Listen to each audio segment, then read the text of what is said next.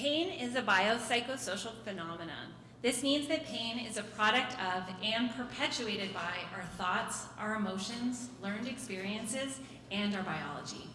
All pain is real, but pain is not an accurate reflection of tissue damage.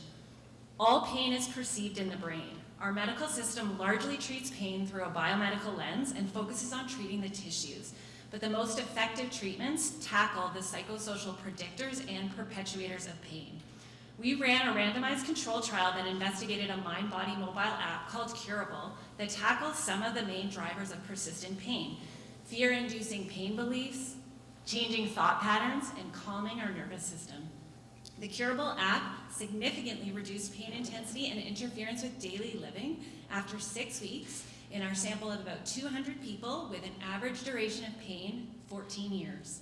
We observed moderate to large effects on mental health outcomes like stress, depression, and anxiety, and these changes persisted at 12 weeks. At the start of the study, many participants were skeptical. How could an app help me with my physical pain? Suggesting a clear lack of knowledge regarding the multifactorial nature of persistent pain. This prompted my latest series of studies called Let's Talk About Pain. This is a patient-oriented study series that explores how best to introduce the biopsychosocial spiritual model of pain to people living with pain.